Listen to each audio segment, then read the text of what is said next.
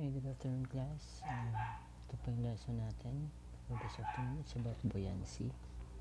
So this is very common to us, especially if we are traveling on the sea.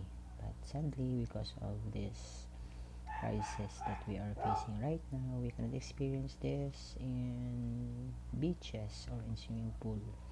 But actually, you have to study the concept that the object will rise to the surface and float, and that is the weight or the force being pushed by the water on the surface. So this is the meaning of buoyancy, and the very basic example here is you can carry a boulder submerged in water and it feels lighter when you're underwater. So the keyword here is an upward forces against the bottom of the submerged object by the upward force of the water. So it's the buoyancy. So forces are greater at greater depth. Again, you have to remember that. And the forces acting horizontally against the side cancel each other, so the boulder is not pushed sideways, rather it is being pushed upward. Okay, so if you're going to compute the buoyancy, it's just the difference between the upward and the downward force in the object itself.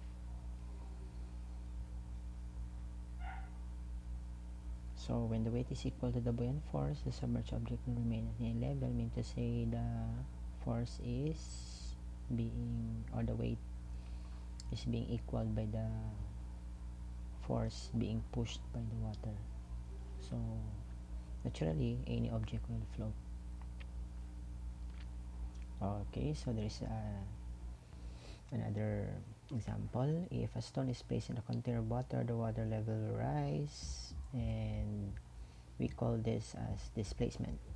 So completely submerged object always displaces a volume of liquid equal to its own volume. So whatever the volume of the liquid, or the object rather, it displaces the amount of liquid, because the liquid will occupy, the object will occupy the space previously occupied by the liquid.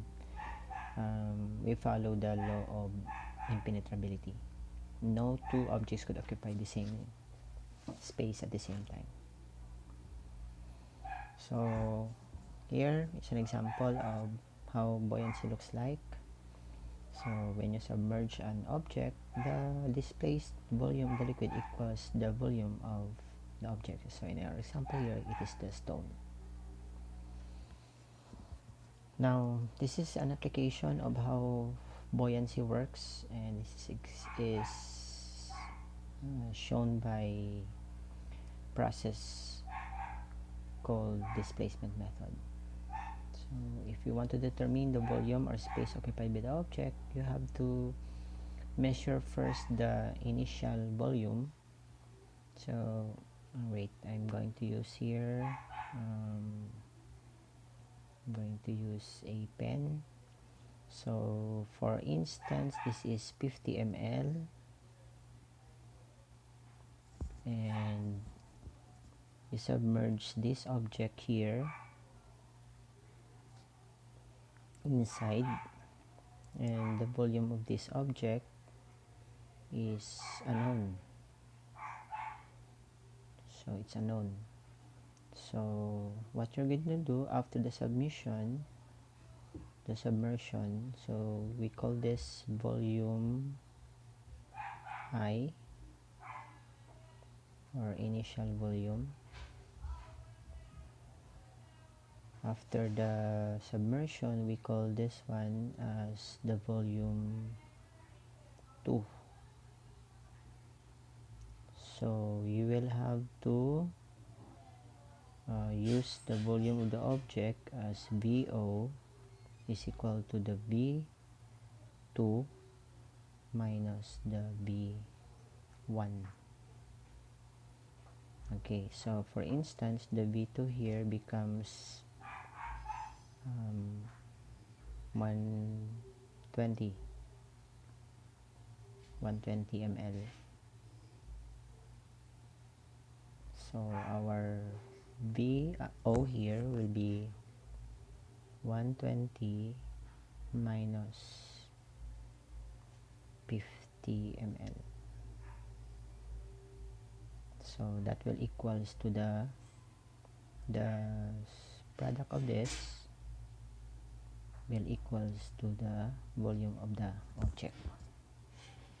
Okay, so it is said that it was Archimedes who discovered the principle of displacement. Okay, so this is about Archimedes. Then we have here an example. A liter of water occupies 100 cubic centimeters and has a mass of 1 kilogram and weighs 10 newton. Any object with a volume of 1 liter experience a buoyant force of 10 newton when fully submerged in water. So in our analogy here,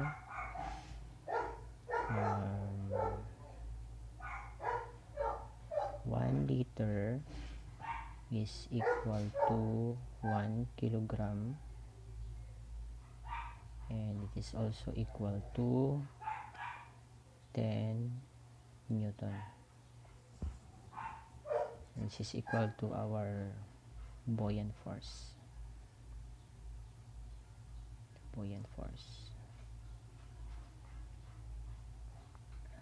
Okay, it's analogy. Then okay, so this is the meaning of immersed. Immersed means submerged.